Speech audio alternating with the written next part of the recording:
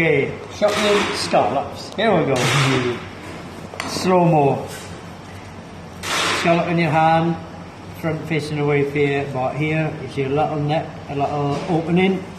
Slip your butter knife in here, push it up against the top. So you're releasing the muscle off the top, hold it over. Frill, peel it down, come to the bottom of the pipe in the row, cut right around once, under here, release it for the shell. It's your scallop. Now a little bit faster, and release, off. There's your fresh scallop.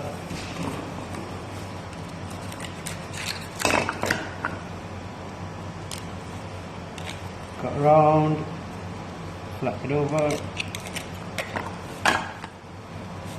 clean up a little bit. There you go. No faffing. Happy days. Sorted.